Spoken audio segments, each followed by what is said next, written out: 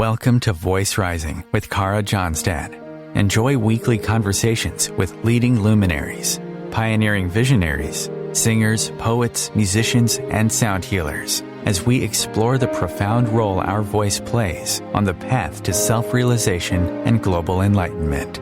The internationally acclaimed singer, composer, author, healer, recording artist, voice expert, creator of Voice Your Essence, and founder of the School of Voice, Kara Johnstad uses her extraordinary spiritual gifts to empower others. Everything in this world vibrates. Everything has a frequency. A pioneer in the field of voice work and transformational songwriting. Her breakthrough methods are helping thousands of people worldwide fine-tune their body-mind-spirit system and unlock the energetic frequencies of limitless creativity, health, and abundance. Share your voice, ask your questions, join in the conversation. Receive life-changing, positive transformation and rise together to create a sound world. And here's your host, Kara Johnstad. Hello, everybody. Welcome to Voice Rising. With me in studio today is Fred Matze, an inspiring humanitarian who, like many others, cares deeply about the future of our planet. He has made it his life's work to contribute towards creating a more functional society by means of inspiration and empowerment. He is founder and chairman of the Fred Foundation, which supports projects in the fields of healthcare, environment, conservation, peace, and global transformation. His book, Rediscover Your Heart, was published in 2009, and today we are here to talk about his new book called Beyond Us, and the documentary is entitled Beyond Me. Welcome, Fred Matze, to Voice Rising. Thank you very much, Kara, for having me. Thank you. You're welcome. Thank you. You're welcome. You're welcome. Fred, we're going to dive into all these beautiful questions. I've been reading your book. You do have a new book out, and you talk about living on Earth after experiencing oneness. And I know that behind every quest, there's usually a question. And your quest is to explore what lies beyond the bounds of your own thinking. So may I begin by asking you, what is the question that drives you the most at the present moment? How I can be helpful and help people to go beyond the daily life, to trust there's a power that is infinite and that expresses itself in the finite, and not to be blinded by all those activities within the finite. We're all educated to, handle things, to learn objects, observations, to talk through words and communicate all forms of information using words, but there's something beyond words. There's communication in systems between sparrows, between ants, between trees, between millions of expressions of life on this planet. And that's all based on several experiences that I've had beyond the finite, based on what I would call divine love, eternal love. And in the school systems, we are not learning about those kind of subjects. We all are good children, and we listen to the teacher, and we learn words and geography or whatever. And so we trust our thinking process as an inroad to information, that what expresses itself in form, the rational, the mental faculty. But we have not been taught to trust also the intuitive faculty, the one that informs us pre-words, so to say. And it's so important. Yeah, I listen to what you're wanting No, to say. in many ways, we've been even I don't want to say untaught, but we come with this natural intuitive ability. We come with this open-hearted, open mind, curiosity before we go into the educational program. The conditioning, when you right? when you look this little baby in the eyes, it doesn't have yet words, and still we can feel the love that we can exchange. So we feel it with dogs, we feel it with people that have Alzheimer's. We can still communicate, and it's beyond words. And yes, well, what the big misunderstanding is that we equalize consciousness with the functional use of the ratio, the male part to handle and process information, but the female part, the feeling part, often, by the way, blinded by emotions, and the intuitive part, we have not learned to trust. Yeah, we come without words, but we come with a voice, right? That's my specialty. And I always think it's amazing how with that vibrational force, with that open channel, we're able to conduct the whole room. We're able to pull people towards us and push them away. And we're able very much to communicate, not with the words, but with our voice and our mimics. It's pretty amazing. You actually started your life, as probably most of us in this world, deeply conditioned by that school system and by, I believe you went into business and you were very successful. You still are successful, not that you were successful. You're still very successful, but then there was a turning point. You had a deeply transformational moment that changed. Was it one big moment, or was it many little moments where you suddenly realized, I think I want to live my life with a different focus? Yeah, thank you, Kara, for asking. Yeah, I came into the business world not so much by choice, but because my father, who had started a big business in real estate development, got ill. He developed diabetes and Parkinson's disease. So, I did it, but it was not my plan. But in those days, in the mid-60s, you couldn't say no to your dad. So, indeed, it was when I already stepped back from that position and was volunteering at Red Cross that I had an experience during a healing session in 1985. In the Swiss Alps, when a friend of mine said, well, I know you have diabetes running in the family and you should consider to be with this healer. And anyway, I met the healer. He said, I'm going to give you 2 liters of water. I'm going to cook for you brown rice and a lot of very healthy vegetables. And I give you a minuscule portion of condensed nutmeg, and that's a stuff that's an invention of Dr. Johnstad, the father of the polio vaccine, and I treat him as a therapist himself with this stuff. So that gave me quite some confidence. Yeah. And so, it was a very big man from New York, and anyway, I won't go too deep into it, but it was pretty funny, and I had to go into a hot bath, and after hot bath, I got a profound massage, and then out of the loudspeakers in the room, there was a song, "We are the world, we are the children, la la la la la la la." Anyway, so, and I felt relaxed and more relaxed and more relaxed, and the song came so deep in that later on I learned to say I was really present in the moment. And then all of a sudden I got a hint like, hey, my friend Sally, we were near the ski slope, she is breaking her right collarbone and she will be in 10 minutes here at the door to say that she needs an ambulance to go to the hospital. So 10 minutes later she showed up, blah, blah, blah.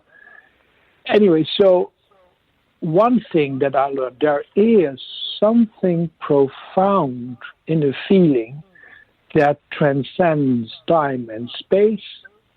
And so it is that in that same experience, I am connected beyond my senses with information that later on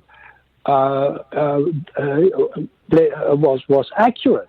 So, and from then on, I started to be really interested in how time, space, the finite relates to infinity, what love is, what fear is, and all those things that connect with it. Beautiful. Frank, you just brought out this new book called Beyond Us, a humanitarian's perspective on our values, beliefs, and way of life. What would you like people to experience while reading and walking with you on the journey? Please keep your mind and heart open and realize, like me, even when you read, we all the time make associations with known paths that we already have walked. But what I'm trying to do with the reader is to go beyond the path into the wild, open fields and invite you to rethink, to re-experience, to re-feel who you are and consider the choices that you have made in your life and try to reconsider them. And anyway, stay open. Yeah. The book is a collection of many essays. So each essay has a certain focus.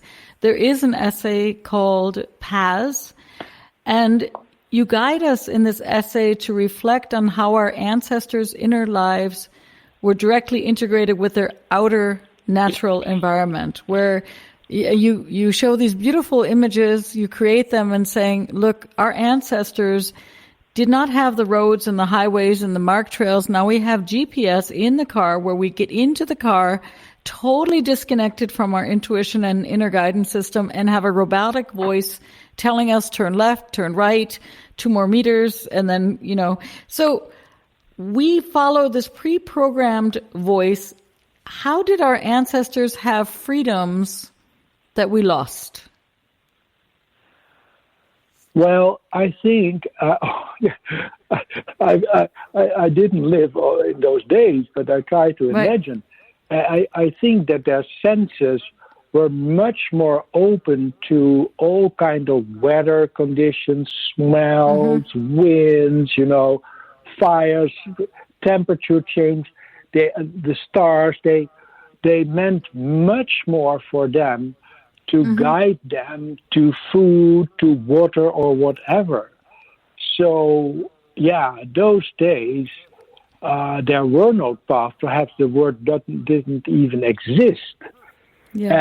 So I'm not judging about what was better or what is worse, but it is important to remember that we have that ability, and perhaps through all the interventions that it looks like that we're offered by the market, by all kind of IT systems, millions of possibilities, but they don't say that we are in the meantime aborted from billions of opportunities because we are framed in the way they create their algorithms.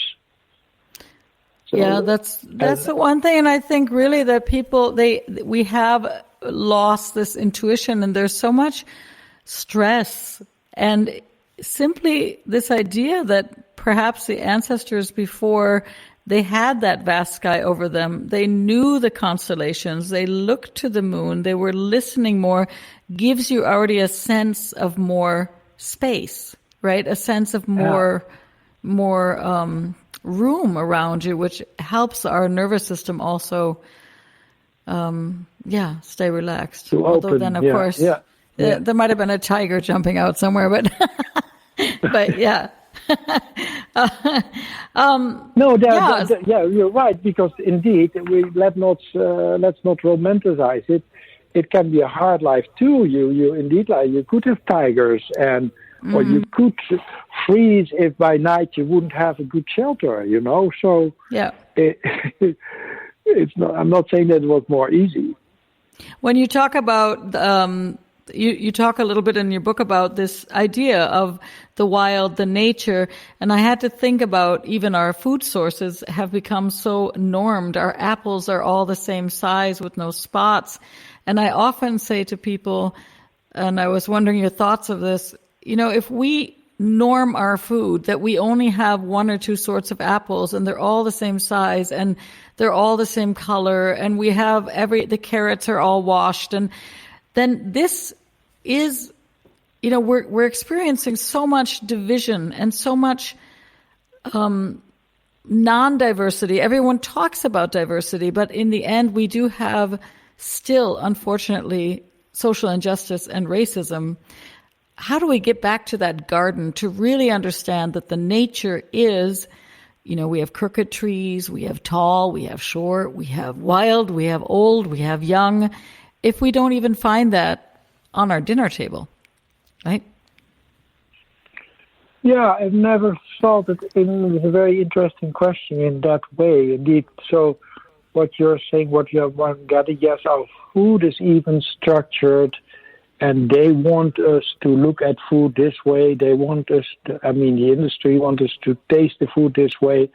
And yes, it is a reflection of the cultivation and further getting away from what I call our nature and our inner nature. So it's the outside, the anthropocentric approach of how we would consume our food instead of allowing ourselves to be nurtured by the real diversity of outer nature.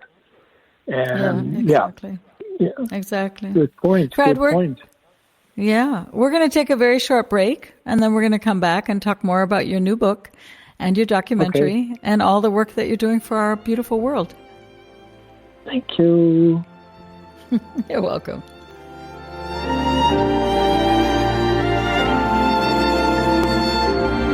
The cutting edge of conscious radio. OMTimes Radio. IOM FM.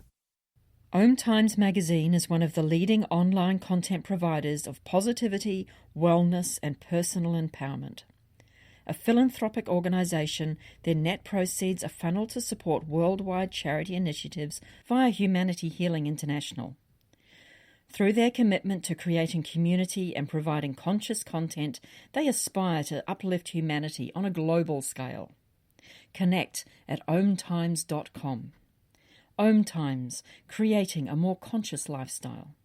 With happy clients all over the world, Kara Johnstad knows that your voice is the missing link to more authenticity, abundance, creativity, and health. An internationally acclaimed voice expert, Kara's breakthrough methods have helped thousands of people successfully heal their voice wounds and extinguish the story of self-doubt and shyness forever. Join in group trainings, attend online sessions, schedule one-on-one time, and invite Kara to work with your organization and community. Get started today. Go to www.karajohnstad.com and receive a special guided meditation designed to fine-tune your inner voice and welcome you on the voice journey. This is Kathy Beal, host of Celestial Compass, featuring astrology you can use. Celestial Compass points you to what's going on in the sky and what you can do with it down here on Earth.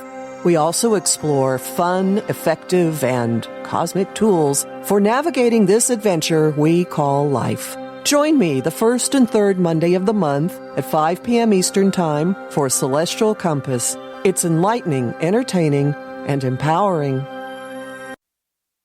COVID-19, brought to you by CDC and the Ad Council. If you're feeling increasingly lonely right now, you're not alone. It's totally normal. Even though we may not be able to get together in person, connecting virtually with friends and family still gives you a chance to interact with people and may help raise your spirits. Join a virtual book club, set up group text chats, or online video coffee breaks with coworkers. Find more self-care and coping tips at coping-19.org.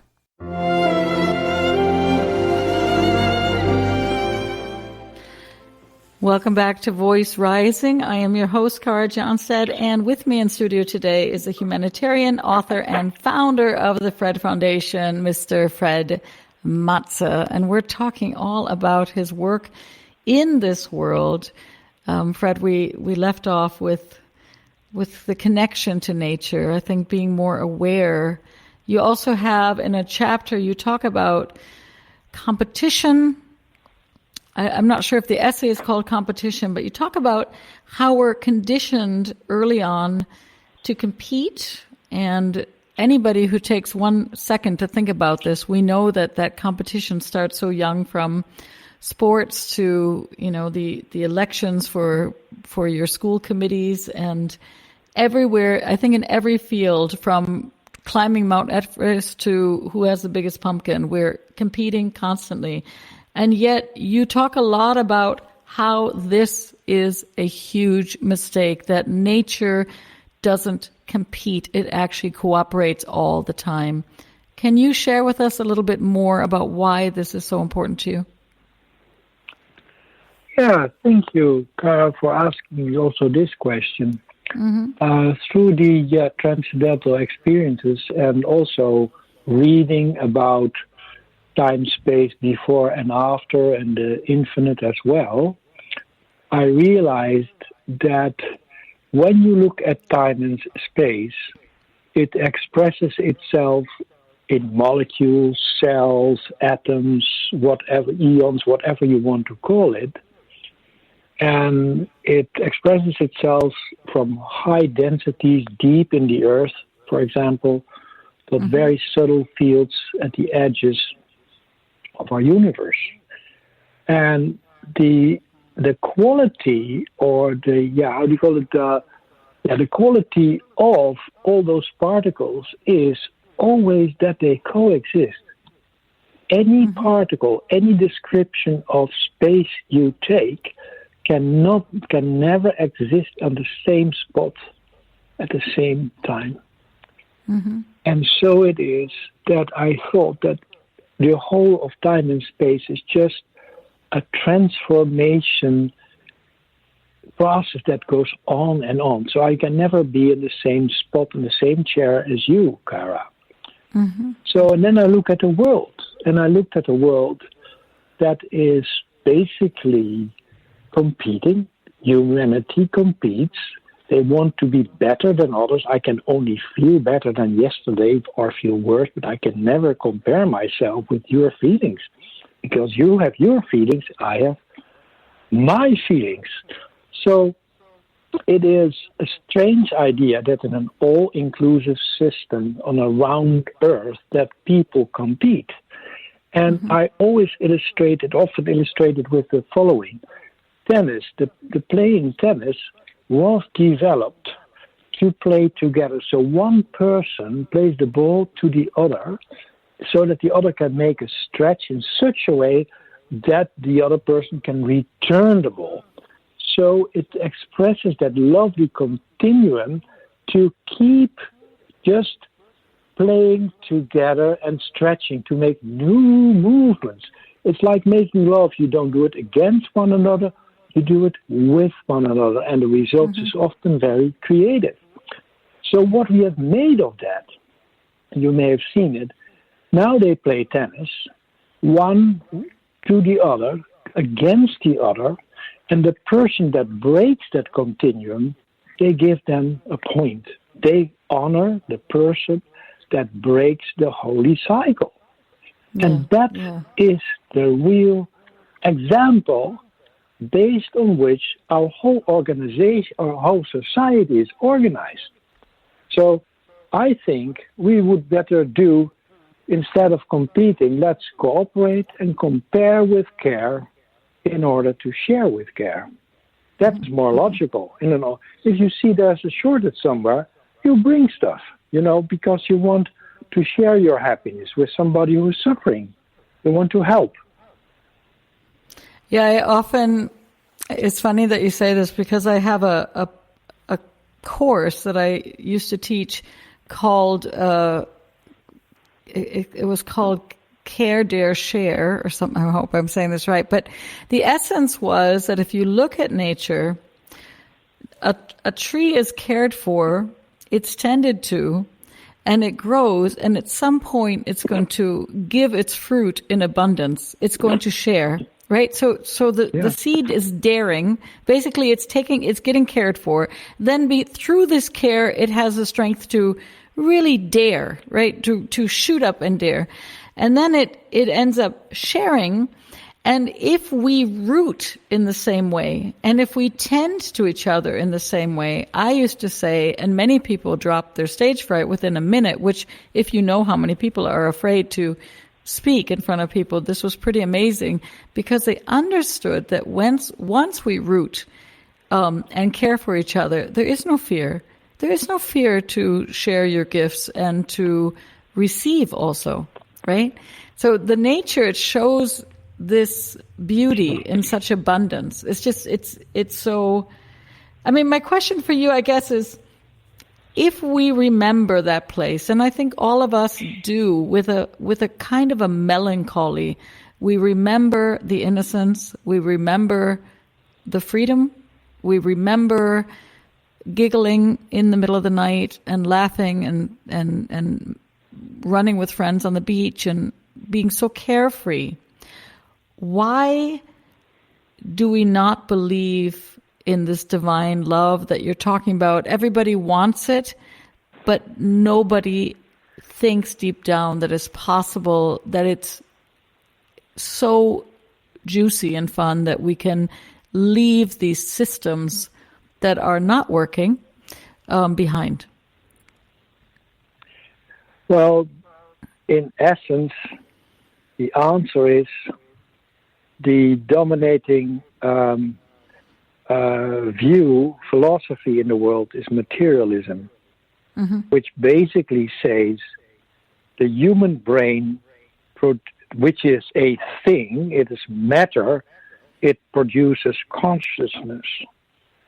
So they see consciousness as a product of the brain, which is matter. And when you start from the idea that matter is the leading thing, you come in the confusion we live in today, that you have to strive for matter. You need stuff. And so you occupy your consciousness, your awareness with stuff. You fight for stuff. But if you really understand that we are human beings, human is the finite, so the matter, the finite expression of the being to be, which means essence, which means infinity, you will see in essence we are infinite. It's only in time and space that we express matter, human. It is not the goal, but it's a process to be and share. I hope I've expressed this. Yeah. So how can we imagine? We can imagine this other system, but what would be some of the first steps to take to implement systems based more on functional behavior and not competition and comparison and capitalism? What we are doing with the newest, I'm the founder of, by the way, now 23 foundations, and the newest is Essentia Foundation, and what we try to do is to prove with the tools of the scientific world that not materialism needs to be the dominant way of thinking and the organizing of society related to it, but that non-dualism or idealism should be it. And what does idealism and non-dualism say? That time-space is a reflection of consciousness. Consciousness in itself is non-local, doesn't have a spot, doesn't know time. Time-space, the finite, is an expression of something unseen. And my friend Dr. Bernardo Kastrup, he leads this foundation, and we hope to bring the information to the scientific community in such a way that in the next 30, 40 years, the dominant way of philosophy, of thinking, will be non-dualism, which means if we organize our society related to that idea, then it's let's not compete, but let's compare with care in order to share with care. What is that infinite power? Now I go back to the experience that I described earlier in our conversation, which I had several times afterwards. It is sheer unconditional love. And it is the most amazing, wonderful feeling where, I would say, you feel, I feel, but in the meantime, the you or the I implodes. It's where basically there is no identity and you're just part of an infinite ocean of unconditional love. So, it's based on that conviction that I founded with Bernardo the foundation Essentia. Essentia. It's the more than one, less than two moment, right? And you talked before the show started, we had some moments to actually talk about music, and music is a fascinating place because when we're in a tone, we're also in non-duality. The tone is, we can play with the word oneness. a tone and at one, right? The a tone, if you move the letters, is at one. And connecting also, music has the ability to shift time and space, which is so phenomenal because if you ever talk to drummers, we're able to synchronize the whole room, 1,000 people, 5,000 people, only with that beat of the drum and with the breath of the singer. So you also have a chapter on being an artist, and you talk in this chapter, in this essay, about how all of these remarkable works of art are more or less coming through us. They're being downloaded, that the artist has this ability to connect to the transpersonal sphere of primordial creativity, which I know because I live in this channel 24/7. So I know exactly this place that you're talking about. But I actually think that we all are creators. And that also, if we lead people back to this place, to this channel, then you will also experience that non-duality place. Because we are all receiving sensations and emotions and messages and well, as a voice person, I can share my inner world with the outer, but I'm also taking in that outer world all the time and transforming it and giving it back, right? So we're constantly in a co-creation place. Yeah. So share with us more about art and living as a conduit, living as a person who's, you obviously have 23 foundations, Fred. You're busy. You're obviously a creator. Mm-hmm. Yeah. What I've learned, am learning in my life is to indeed, you talk about voice as your thing. I like it a lot, to listen to my inner voice. And it tells me a lot of all the time what I could do. It gives me all kind of options, and then the beautiful thing is when I start to think about a project, then within a few days the right people come in my life, and so we create alliances and start to work on a new plan. So to believe in that is amazing. And then I think I don't know if even I described it in the book, but take Bach or Mozart. They lived at a time that there already was a scripture in which you could ascribe the tones of music, how you play music. Yeah. And so these guys, they got it from nowhere. They got music in their head, and they were lucky that at the time they got that information from nowhere, that there was a way to to write it down, and that a way to communicate that so there was an organized system in which they could express what they heard. And there were guys and girls that could read that, and there were people that had the ability to make the most wonderful instruments that were all in tune with the different other instruments and were expressing different ways of wonderful sounds. And then there was the conductor, and then that what Mozart got from the spheres, he was able to bring it back to the ears of the audience, and the audience was equipped with an inner system to recognize that what came from the infinite beauty through all lovely cooperation of people at the time that there was a way to write it up in an organized way so that it could be shared and be enjoyed. Yeah, it's phenomenal.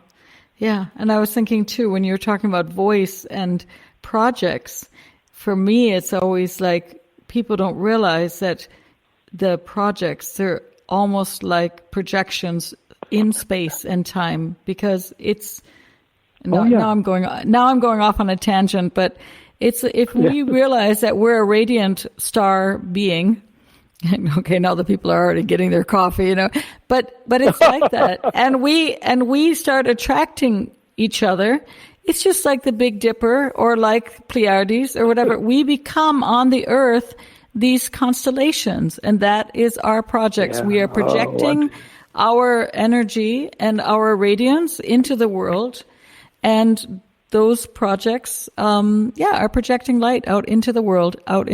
So we're going to take a short break, Fred, and then we're going to be back with some more philosophy and and talk more about your work for our planet. Thank you.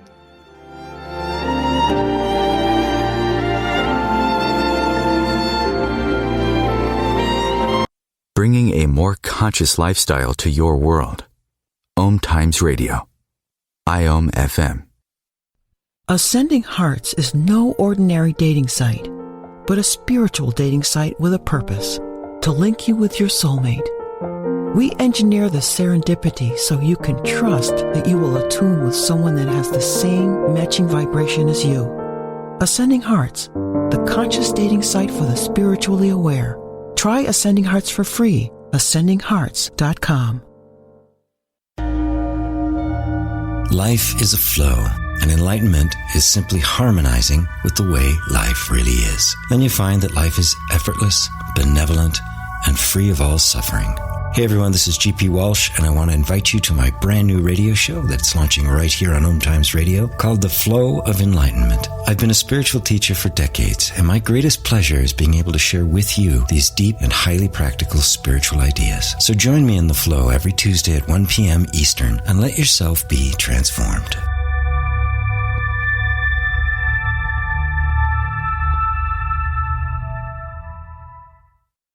The United States has the highest rate of incarceration in the world. At the Equal Justice Initiative, we believe mass incarceration has to end. There is this presumption of dangerousness and guilt that gets assigned to Black and brown people. We have to confront our history of racial injustice and commit to a new era of truth. There's something better waiting for us, something that feels more like freedom. Truth can inspire change. Please learn more at EJI.org.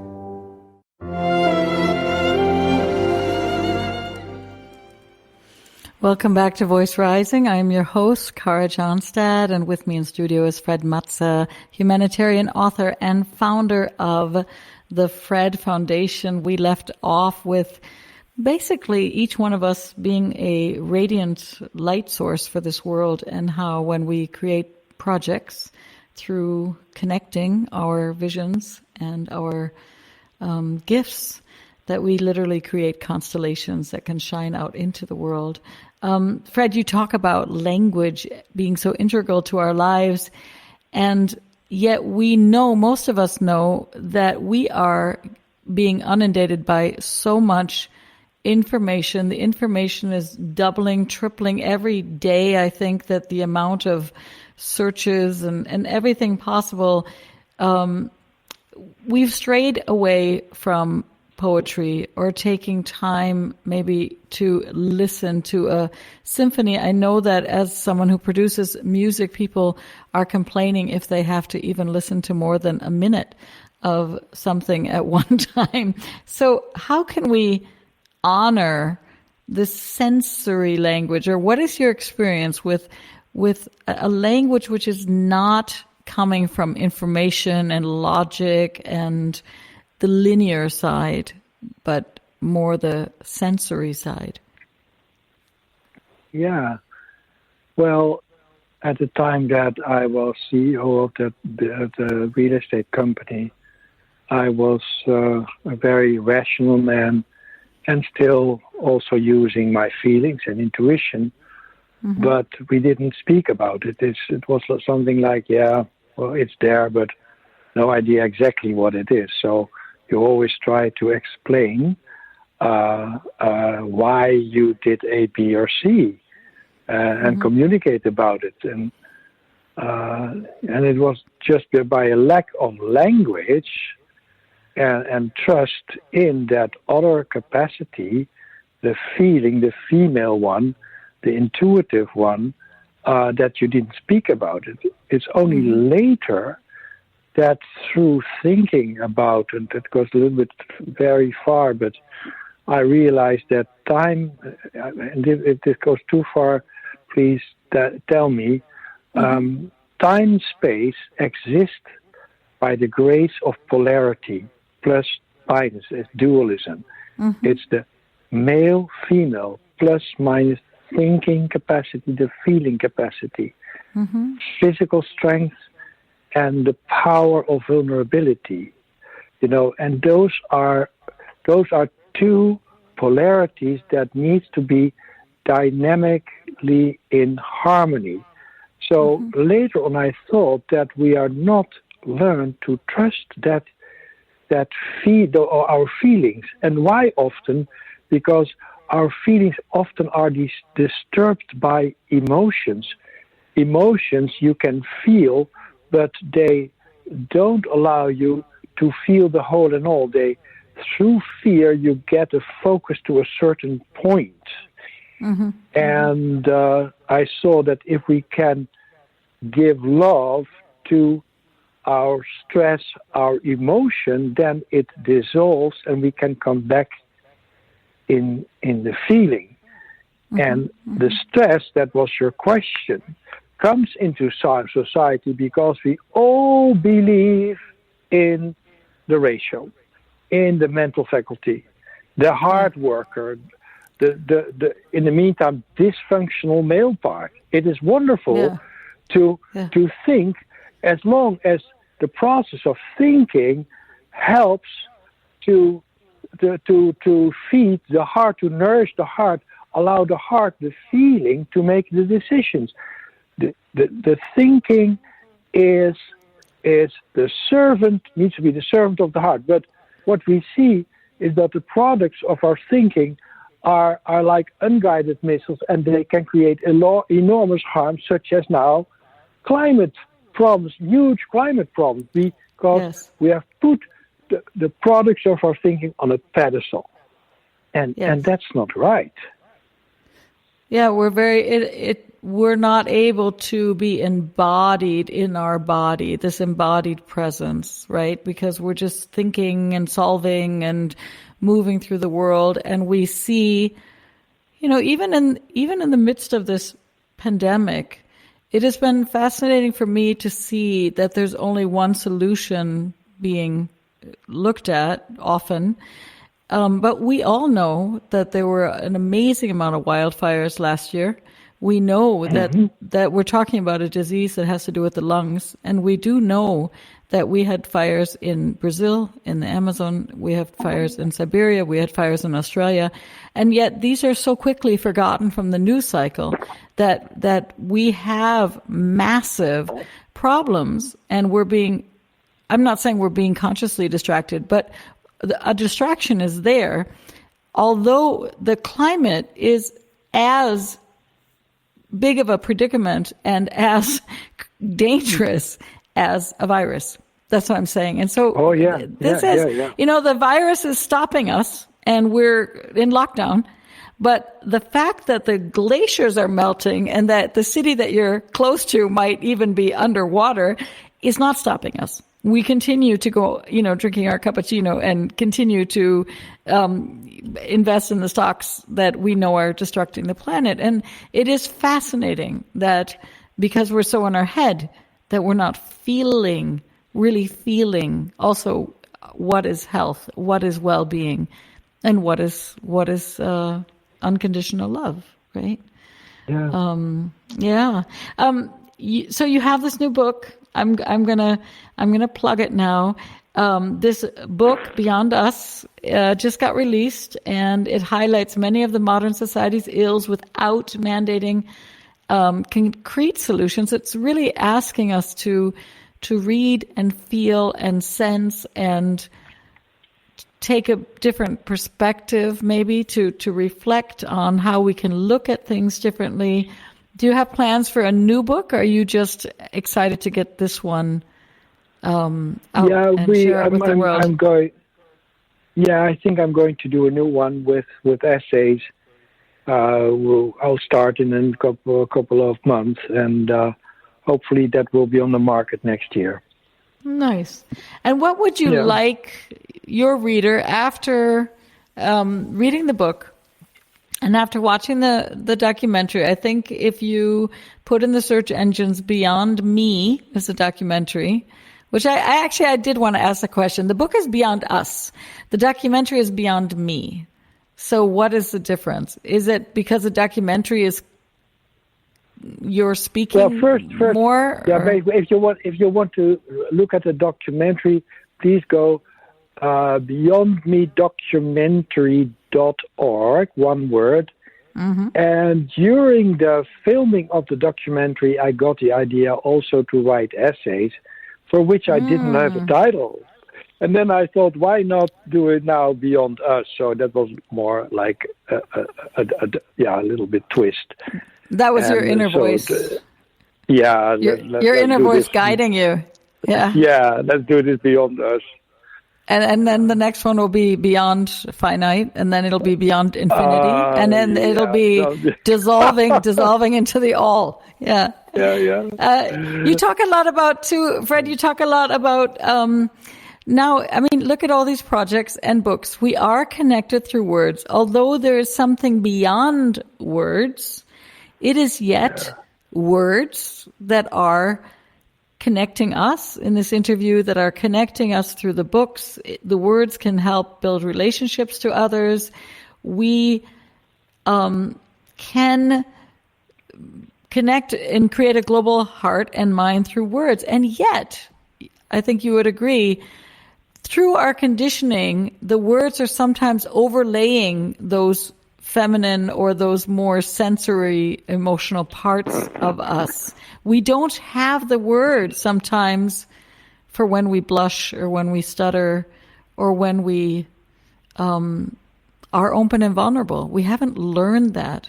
So do we need to change our educational system, or should we be reading more poetry? What is your advice for people who want to come back to that heart space? So, Cara, I think it is very important to realize that we are the only species out of the billions expressions on this earth and in the universe that use words to communicate.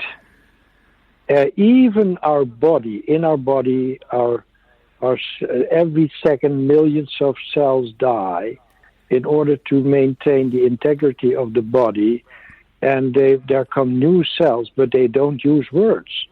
The bloodstream, the breath, it doesn't communicate in words. It goes much faster.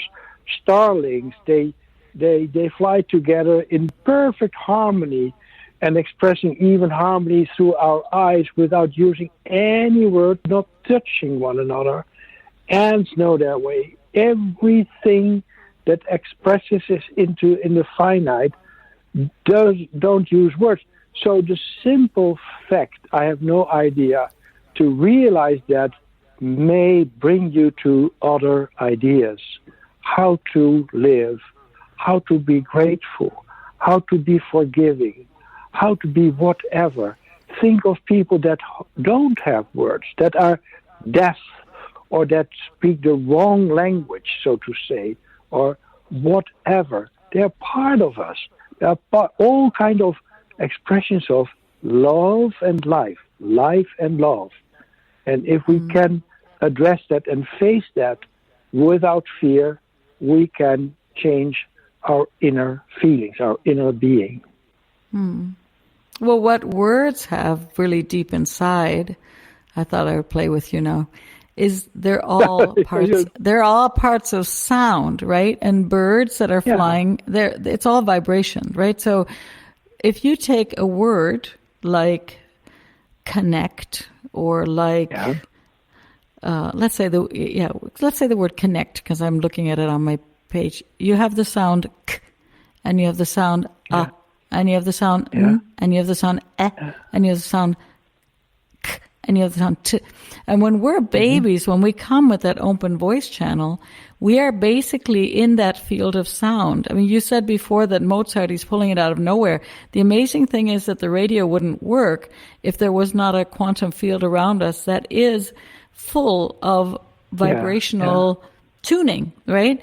It wouldn't work, and musicians wouldn't work. So the interesting thing for me always is when I tell people to unravel their thought systems, I tell them to take apart words back into sounds, because words are created through putting different sounds together. So the fastest way to deprogram is to take a word and put it back into in German you'd say the Bausteine, you take it back and put it into the sound, and suddenly if somebody says, I hate you, and you realize it's I, H, you, it doesn't have so much power anymore. It doesn't have so much power anymore, right? It doesn't really have power anymore.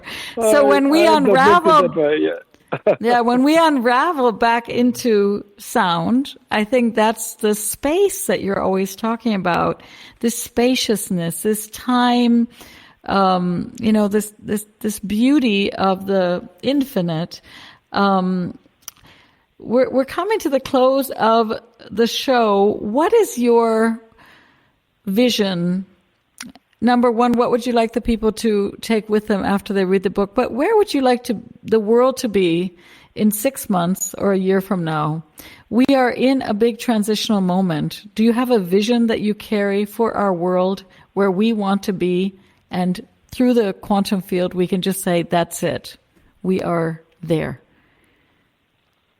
Yeah, perhaps a simple one is if we take the pictures of the astronauts that they made from the planet, we all can see it's a picture of a beautiful round planet. And a better way of symbolizing infinity can't be thought of, a round thing, where in a way you can infinitely go around. So by the grace of gravity, by the grace of that thin layer of, 7 or 8K above the earth, we can breathe. And we have been given all a spot in togetherness with all the expressions of life to coexist and move all the time.